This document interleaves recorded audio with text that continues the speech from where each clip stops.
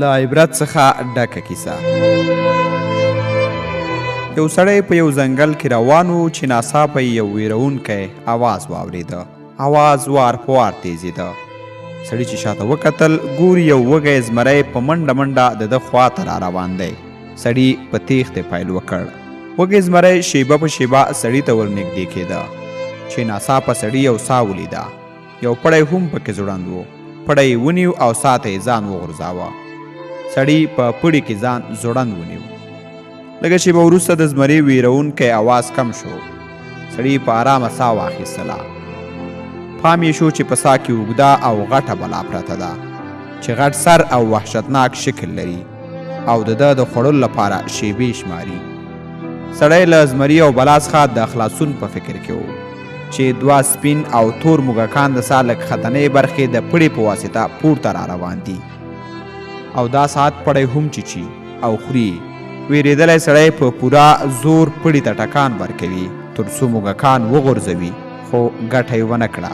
د زورور ټکان له امله به پړی د ساه په دیوالونو لګېده چې ناڅاپه یې ولیده بدن یې له کوم نرم شي سره ولګېده. چې سم ځیر شو ویې لیده چې له شاتو څخه ډک د مچیو ګبین د ساه پر دیوال پورې نښتی دی. په شاتو لړلی لاس یې لږ وسکه، خوند یې ورکړ. نو د شاتو په خوړلو یې پیل وکړ. له سړي زمری بلا او موږکان هیر شول.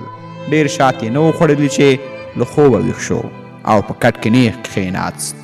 له ځان سره یې وویل ځورونکی خوب و. هوډ یې وکړ چې باید تعبیر یې پیدا کړي. د یو عالم څنګ ته ورغی او خوب یې ورته تیر کړ. عالم ورته وویل د خوب تعبیر دې ډېر ساده دی. وږی زمری چې ستا په لور یې منډې وهلې ملک الموت یعنې اسرائیل وه او هغه ساه چې بلا پکې پرته وه ستا قبر دی. په کوم پړي کې چې ځوړند وې ستا عمر دی او هغه سپین او تور موږکان چې پړی خوړ شپه او ورځ دي چې ستا عمر نیسي او کموي. سړي وویل ای شیخه تو د شاتو څه کیسه ده؟ شیخ وویل شات ستا هماغه دنیا ده چې د خوږوالي له امله یې تا مرګ حساب او کتاب هیر کړی دی. یا الله د دنیا له فتنو څخه په تا پناه غواړو.